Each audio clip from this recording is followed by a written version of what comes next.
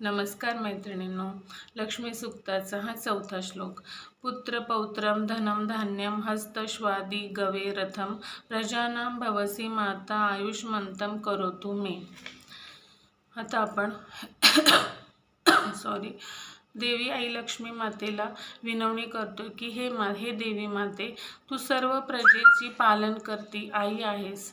म्हणून पुत्र पौत्र धनधान्य हत्ती घोडे गाई रथ व इतर सर्व ऐश्वर्य वैभव देऊन ते उपभोगण्यासाठी मला दीर्घायुष्य सुद्धा दे.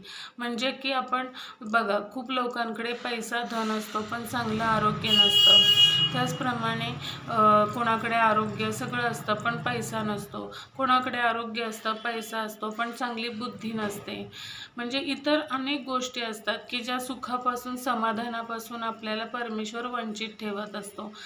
तसंच म्हणून आपण देवी आईला आपल्याला चांगली बुद्धी दे, चांगलं ऐश्वर्य दे, चांगलं आरोग्य दे, दीर्घायुष्य दे, हे आपण मागणं करत असतो देवी आईकडे.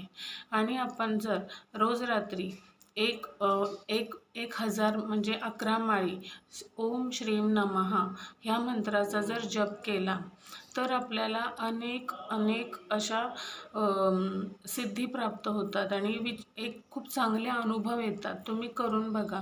रोज रात्री झोपताना ओम श्रीम नमः ह्या मंत्राच्या 11 माळी जप करायचा. खूप चांगले अनुभव येतात. करून बघा.